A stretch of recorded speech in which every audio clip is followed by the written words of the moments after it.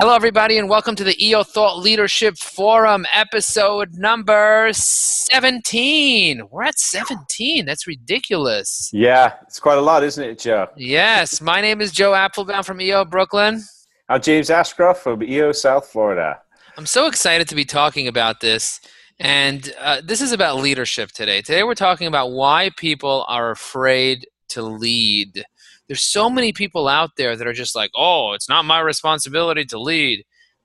But what's up with people? Why are people afraid to lead? Like, what's wrong with leadership? I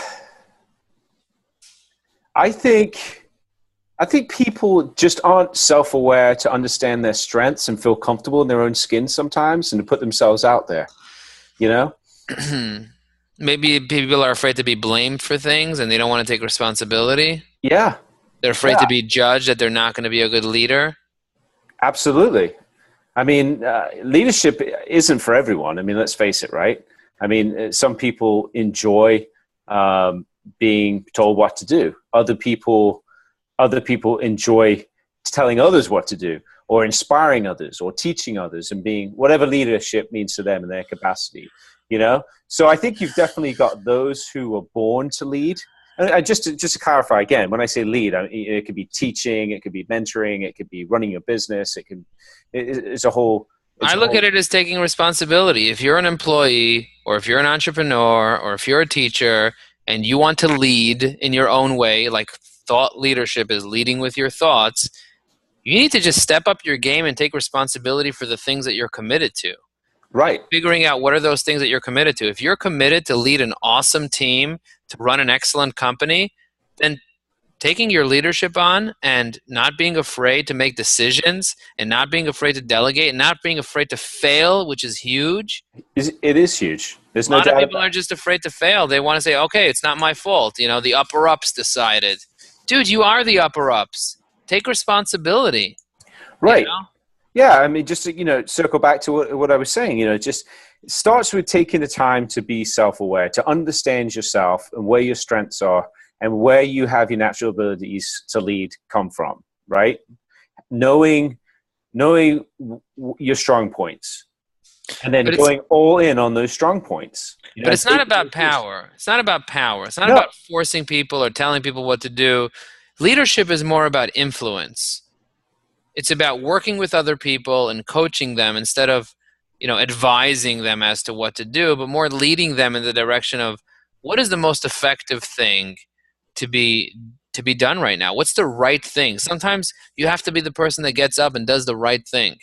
And that's what I view leadership as, is doing the right thing, putting yourself at risk, being vulnerable, and leading with your heart as opposed to just everything is rational and, everything's in your mind. But allow your emotions and your intuitiveness to guide you to be a strong leader and work on yourself. Check yourself. Just because you're a leader doesn't mean you're always right.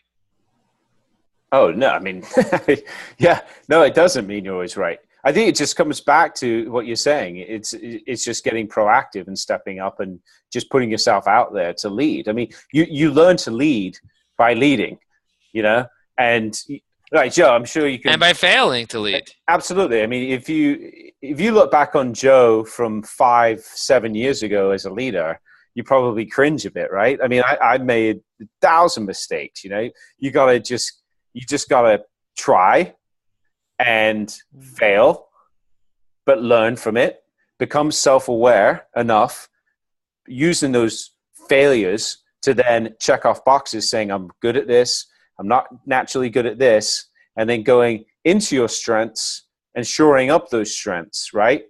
And that is what ultimately makes you a better leader. Double down on your strengths. Double down on your strengths, but a lot of people are afraid to do that. A lot of people are just worried about their weaknesses, and they're focusing on their weaknesses. So as a result, they're like, who am I? I used to say, who am I to write a quote? Could you imagine this? Who am I to come up with a quote? Like me, Joe? I'm going to come up with a quote and share it on the internet? Joe, I have like a handful of strengths and like 78 weaknesses, right? If you get bogged down in the weaknesses, you're not going to have enough time or bandwidth to focus on the strengths. You have to shore up your weaknesses. In an organization, that means, if it's a critical, so if finance isn't your thing and you're running a business, then you need to get someone in your company to handle the finances. You know what I mean? Absolutely. So leading in that capacity is making the decision to hire somebody to hand that. But again, that comes from self-awareness, knowing yourself, right? Awesome. When you come from a state of self-awareness and using your natural talents, and you've spent time, so that we're talking about from 7 years ago to now, of actually shoring up your strengths and becoming a better leader and becoming more authentic to who you truly are, your DNA, that's where great leadership happens. But to answer, to come back to your original question of why don't more people step up and lead, I think they just don't take the time to do it. They don't take the time to put in the work. They don't take in the time to learn. It's a conscious schooling process.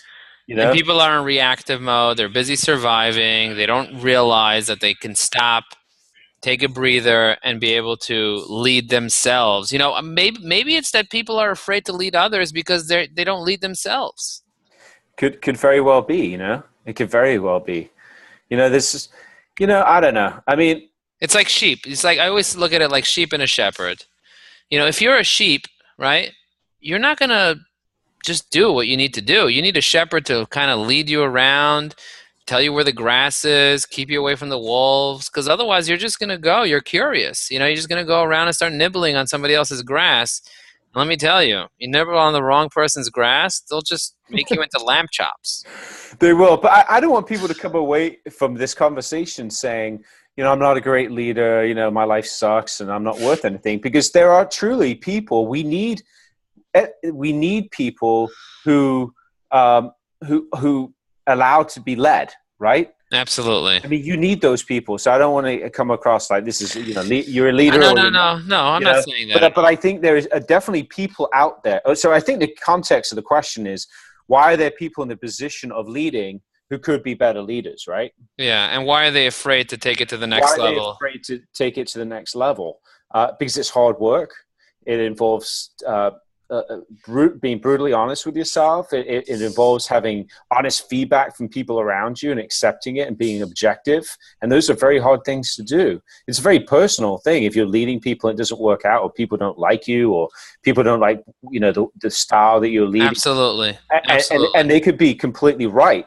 And it just, it hurts. It stings, I mean, no one likes that. So if you want to take yourself to the next level and you want to be a leader, you got to learn to be vulnerable. You got to learn to continuously improve yourself and be open to criticism, be open to feedback, and become more self-aware. Thank you very much, James, for joining us today. My pleasure, Joe. And thank you all for watching this. If you like this, don't forget to share it. Don't forget to comment on it. We want to hear your feedback. We want to have a conversation with you.